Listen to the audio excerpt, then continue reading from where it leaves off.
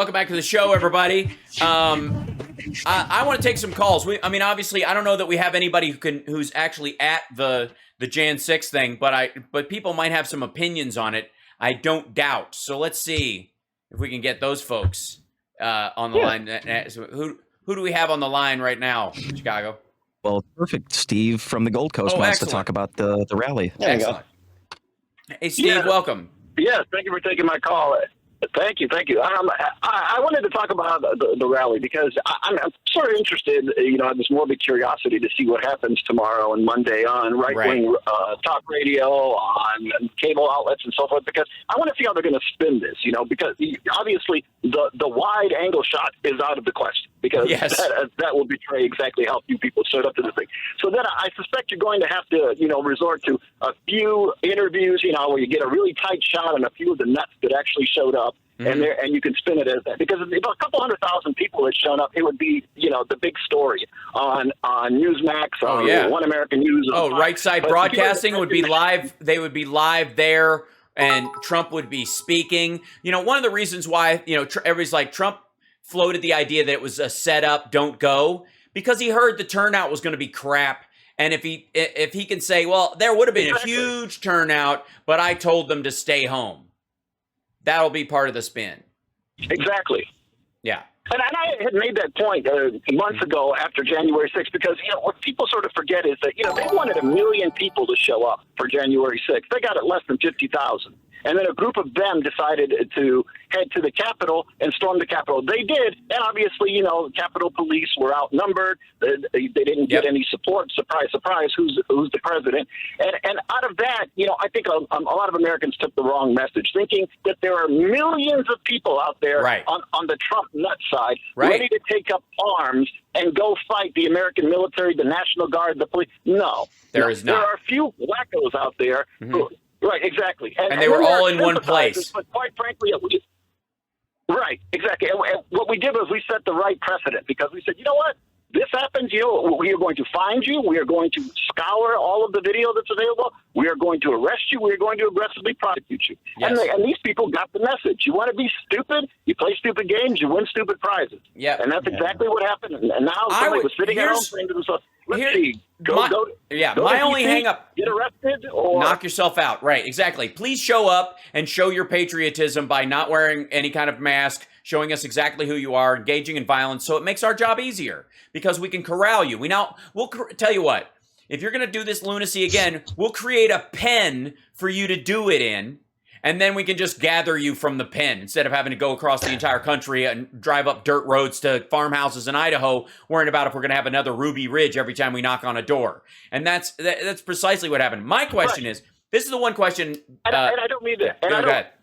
Go ahead. Yeah, I was going to say that I believe that the delay is a thing. Hold on, let me say this. So the delay is a thing. There's a back and forth. What my question is, who built the gallows? We have all this footage. We have all this video. Who built the gallows? That had to take time. Who brought the wood? Where did it come from? What truck was it in? We have video that they play night and day on other sites, that right-wing sites, about BLM protests, where they showed up and people come up in a truck and they've got banners to walk in front of people with, and they've got matching signs. And so the organizers for these protests, when one is spontaneous, will go, there's a spontaneous protest starting, let's get down there and help them out. And then they show up in a truck and they've got all this stuff that you can walk out there with that says Black Lives Matter and that kind of stuff. And you can walk with 10 people in a row with a big banner in front of you that gets the message, coordinates it, that kind of stuff. And there's umpteen videos, weekly about how it was a coordinated Marxist revolt against the blah, blah, blah, because these people showed up. Meanwhile, where these people were live streaming this whole nonsense constantly, where is the footage of the people building the gallows, and who brought the wood, and where are they, and why were they? Because of all things, for all the talk of it's unarmed, everybody was unarmed. They're unarmed. First of all, they were armed. Arms don't just mean guns. And if you pick up something, you're picking up arms against someone. And if you figure we'll just take the guns off the cops when we get there, that's also an armed revolt. They'll supply them for us. But building a gallows is hardly indicative of a peaceful, political stand. But go ahead. Now I know that the gallows thing has been bothering me for a long time. Right, and I don't want to minimize the radical elements that exist out there that are followers of Donald Trump, because they are real. But, at the same time, what happened in the post January 6th time frame, where, there was this all this concern that, with the inauguration coming, not just in Washington, but in state capitals all across America, that these Trump supporters are going to rise up and we're going to have all of this violence. Guess what? Didn't happen. Right. Because, again, we sent the right message. And yes. and it's important to recognize that there are people out there who are a threat, but it has been blown way out of proportion. There, as you said, there are the idiots sitting at home screaming at the TV right now.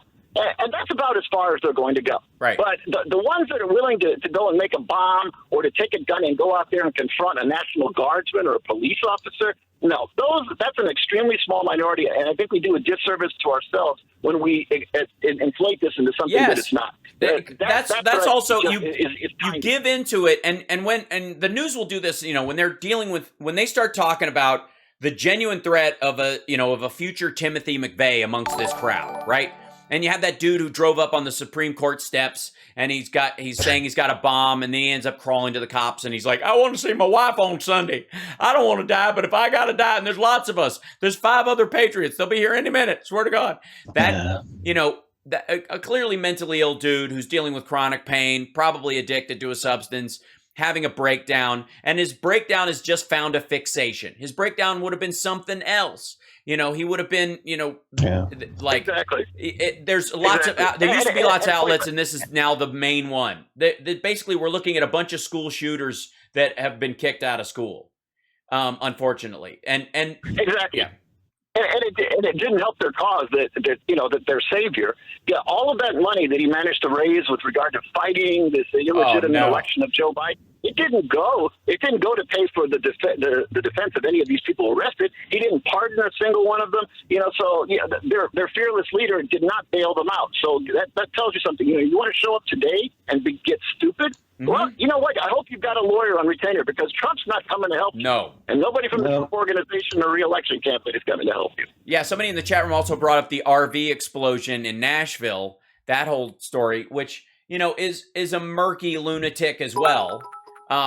Apparently wanting to take out, I'm a peaceful patriot, wanted to take out a patriot, be a patriot, go out like a patriot, but only blow up parts of a building, giving people to clear out, that assuming, by the way, that they could or would, that there's not somebody in one of these buildings that's on, dialysis and, has their home treatment center where they do their dialysis setup, and they've got a nurse there, and they can't be moved out of there while this idiot's going to blow up his RV across the street, or how far the damage will reach and all kinds of stuff like that. I mean, if you're bombing a city street, you're a maniac. I don't care what you think your cause is, period. And so a bunch of these folks, we still don't know, I've been scouring while we've been talking to the internet as far as who built the gallows, and whether those people, the folks that actually built the gallows, have been arrested, and what their charges were specifically, because they obviously went on to do other stuff. The curious thing is, and also, if I can raise this last point, I do think that, like anything else, as time goes on, we acquire more and more information. And now that we're this many months out, we're starting to learn more and more things. So, when you have American generals who are saying to themselves, okay, I've got to keep a back door open, a line of communication with, for instance, the Chinese, in terms of General Milley, because we've got a crazy man in office. And this isn't the first time. Americans, the intelligence community, others, have had a back door with their counterparts in other countries during the Cold War. Exactly. So this is nothing new. But the fact that someone like General Milley had to say to himself, you know what, this guy is particularly crazy, and given that he doesn't believe that he was defeated in this election, and this is a particularly dangerous time for America, and I need to. And so all of these stories, I think, are eroding, chipping away at the sort of the narrative the of way him. in which the right looks at Donald Trump. Right. Well, and yesterday, some sort of a great leader. Right. Yesterday, Dan Bongino presented this concept that General Milley is part of a deep state plan to make the right hate the military. Literally, that's what that it was all propaganda to make them hate soldiers, because that's one of the good things about Republicans is that they always support the troops. And so Milley's a secret way of making us not support the troops. Never mind the fact that beyond having a back door, it is standard operating procedure in a situation where, since the Cold War and even during the Cold War, to talk government, State Department to State Department, military to military, in between governments that can blow each other to bits and destroy the rest of the world in the process, to have a ratchet down conversation, so that the military guys can talk to the military guys if the civilian leadership is going nuts, and the civilian leadership can talk to each other about their military guys going nuts, and that back and forth has always existed. We have that conversation with Israel, even though we're not adversarial with them, with Pakistan. We have it with China. We have it with, the only country I don't think we have it with is North Korea, because nobody talks to them. We just do the threat game. Right.